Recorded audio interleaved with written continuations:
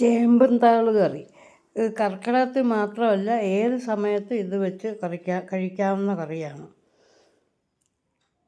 ഞാൻ ആദ്യം ഒരു ചേമ്പും താള് തൊലി ഇടിച്ച് കളഞ്ഞ് കഴുകി കഷ്ണിച്ച് റെഡിയാക്കി വെച്ചിരിക്കുക. അത് അടുപ്പ് വയ്ക്കുന്നതിന് മുമ്പ് അതിനുള്ള അരപ്പ് റെഡിയാക്കി വെക്കണം. ഞാൻ ഒരു 2 പിടി തേങ്ങ, ഒരു ചെറിയ നെല്ലിക്കയുടെ വലിപ്പത്തിലുള്ള വാളംപുളി, ഒരു 5 പച്ചമുളകും 5 ചുമന്നുള്ളിയും 2 പിഞ്ച് ജീരകവും കൂടി ഇട്ടിട്ടുണ്ടായിരുന്നു. ഇനി അത് അടുപ്പേ വയ്ക്കാം. ഒരു പാൻ ചൂടാക്കി 1 ടേബിൾ സ്പൂൺ വെളിച്ചെണ്ണ ഒഴിച്ച് അരിഞ്ഞ് വെച്ചിരിക്കുന്ന താള് അതിലിട്ടൊന്ന് വഴറ്റണം. ഈ താള് ചൊറിയുമെന്ന് പേടിയുണ്ടെങ്കിൽ, എനിക്ക് പേടിയൊന്നുമില്ല, ചൊറിയാറുമില്ല, ശകലം വാളംപുളി വെള്ളത്തിലിട്ട് വെച്ച് കഴുകിയെടുത്താൽ ആ പേടി അങ്ങ് മാറും, ചൊറിയത്തില്ല. ഞാൻ ഏത് താളും എടുക്കും, പക്ഷെ ഒന്നും ചൊറിയാറില്ല. കർക്കിടകത്തിൽ മാത്രമല്ല അല്ലാത്ത സമയത്തും ഞാൻ ഈ താള് കറി ഉണ്ടാക്കാറുണ്ട്. എളുപ്പത്തിൽ ഉണ്ടാക്കാവുന്നൊരു കറിയാണ്, നല്ല ടേസ്റ്റായിട്ടുണ്ടാക്കാം. 1/2 ടീസ്പൂൺ മഞ്ഞളിട്ട്, ഇനി വേറൊരു ടേസ്റ്റിന് 2 ടേബിൾ സ്പൂൺ തുമരപ്പരിപ്പ് വേവിച്ച് ചേർക്കാം. അത് ഞാൻ വേവിച്ച് വെച്ചിട്ടുണ്ട്.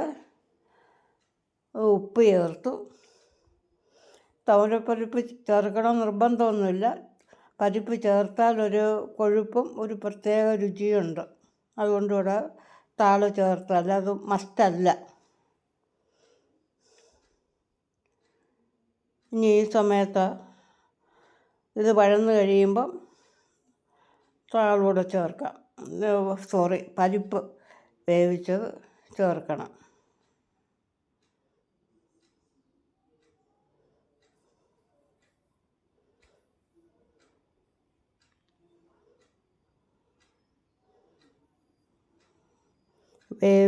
കുക്കറിലിട്ട് വേവിച്ചത്, അതുകൊണ്ട് നല്ലപോലെ ഉടഞ്ഞിരിക്കും. ഇനി അരപ്പും കൂടെ ചേർക്കാം. ആദ്യം അരപ്പ് അരച്ച് വെച്ചത്. ഇത് വേകാനൊന്നും ഒരുപാട് സമയം വേണ്ട.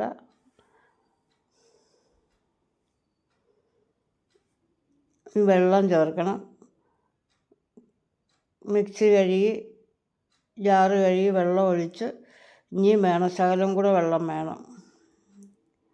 ഇത് ചാറ് കറിയായിട്ടോ തൊട്ട് കൂട്ടാനായിട്ടോ ഉപയോഗിക്കാം. അതുകൊണ്ട് ശകലം കൂടെ വെള്ളം കൂടെ ചേർക്കാം.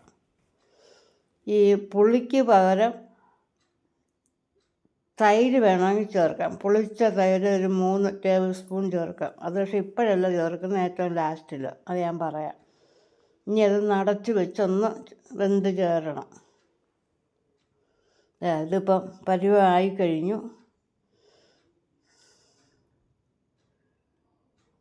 ഇളക്കി ഈ സമയത്ത് ഉപ്പൊക്കെ വേണമെങ്കിൽ ചേർക്കാം. ഒന്നുകൂടെ ഒന്ന് തിളയ്ക്കണം, അത്രയേ ഉള്ളൂ. ആയി.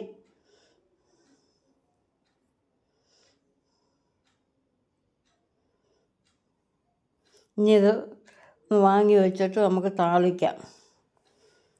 1 ടീസ്പൂൺ വെളിച്ചെണ്ണ ഒഴിച്ചിട്ട് എണ്ണ ചൂടാകുമ്പം കടുകിടുക. കൊച്ചുള്ളി ചെറുതായിട്ട് അരിഞ്ഞതും വറ്റൽമുളകും കറിവേപ്പിലയും ഇട്ട് താളിച്ച് ഒഴിക്കണം. ഈ സമയത്താണ് ആ തൈര് ചേർക്കേണ്ടവർക്ക് ചേർക്കുന്നത്, നേരത്തെ ചേർക്കരുത്. താളിച്ചൊഴിച്ച് കഴിഞ്ഞിട്ട് വേണം തൈര് ചേർക്കാൻ. പുളി ചേർത്താലും തൈര് ചേർത്താലും രണ്ടും നല്ലതാണ്.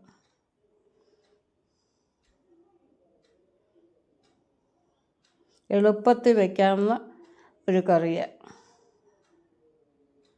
നല്ല ടേസ്റ്റുള്ളൊരു കറിയാണ്. നാടൻ കറികളൊക്കെ ഇഷ്ടമുള്ളവർക്ക് ഇതൊക്കെ ഇഷ്ടപ്പെടും.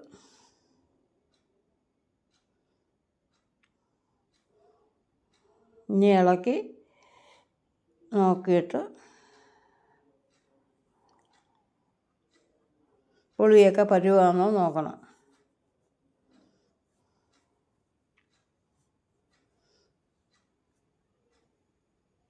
ഇനി സെർവ് ചെയ്യുന്ന പാത്രത്തിൽ മാറ്റി വയ്ക്കാം. എല്ലാവരും ഒന്ന് റെഡിയാക്കി നോക്കുക.